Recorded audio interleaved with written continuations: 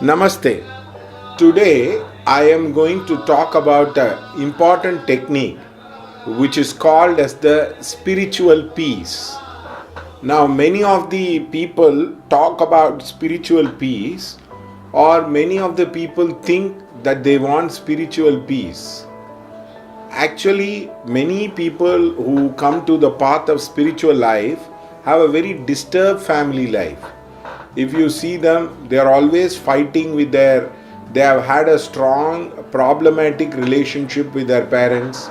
They have their strong problematic relationship with their spouse. They have had a problematic relationship with the children. These kind of things actually creates a lot of unhappiness in them, and they want to move towards very peaceful coexistence with the people. So the first aspect of coexistence with the people happens only with the metta sadhana, with the loving kindness. The loving kindness comes with the bottom line that we cannot understand others unless we give up the ego. The ego has to be given up by accepting the defeat and offering victory to others. When you do that, that is, when you are willing to forego your desire for the sake of other people's welfare, then the loving kindness is born. You take a mother or father, they want the goodness for the children to happen, so they give up their selfish desire and work for a common cause. Now, this is a way to practice loving kindness.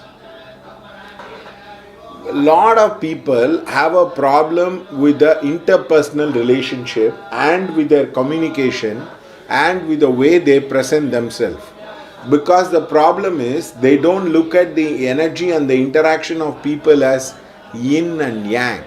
Somebody might be a male but can have a very yinish or a feminish mind. Somebody can be a female but they can have a very, very aggressive mind. So the problem is, when the opposite meet, there is bound to be conflict. There is bound to be a misunderstanding.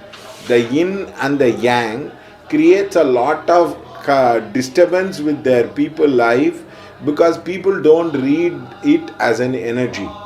So therefore, the first important technique which you have to perfect as you go towards the thing is reading the energy. Now, when you meet a person, if you have spiritual gift, you will look into the 5-dimensional reality. The 5-dimensional reality is, you look at their personality, their mind, their feeling, and their soul level. You will be able to look into it. Certain times you will be able to look into their past life karma also. Many people think you need to look at the aura and the chakra to understand it, not necessarily to have such level of sukshma drishti. So it is very important that you develop a multi-dimensionality of the vision. The multi-dimensional is to look at the situation from a multi-dimensional angle. For example, somebody is not studying. So you look at their lineage karma, whether people can study. You look at their family karma and find out they can study. I will give you an example. I went to one tailor's place. Actually, his son had a problem. He told me, I am taking my son to the engineering college. Right at the doorstep of engineering college, he is having a severe stomach pain. He is not able to go into the college. Can you please advise? I told him he doesn't want to study engineering. He is not interested in studying engineering. Though you made a lot of money due to tailoring and other activity, he is not very interested in doing it. Do not force him as a person. It turned out to be very true.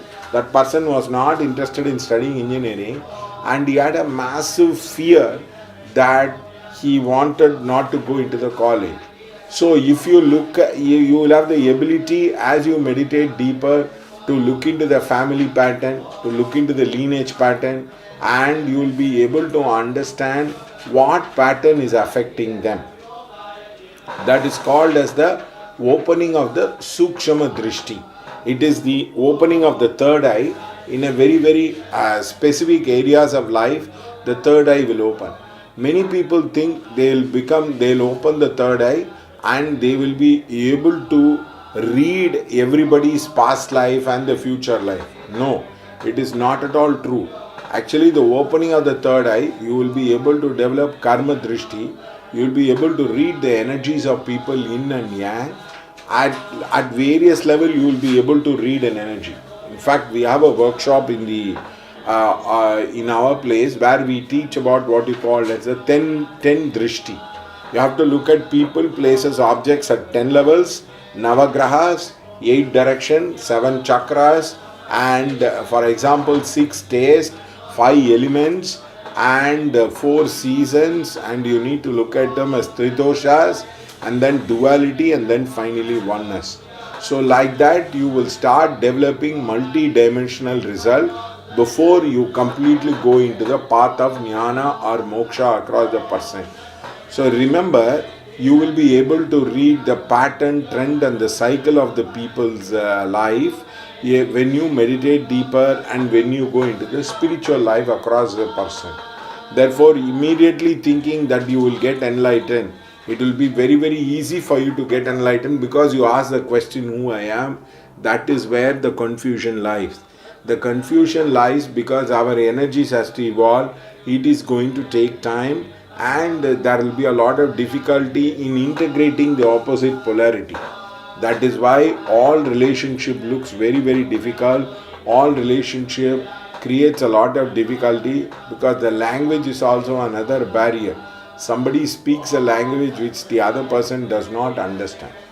Therefore, it is very important that as you grow into the spiritual life, start seeing people, object as a technique. Then you will be able to guide a lot of people. Thank you.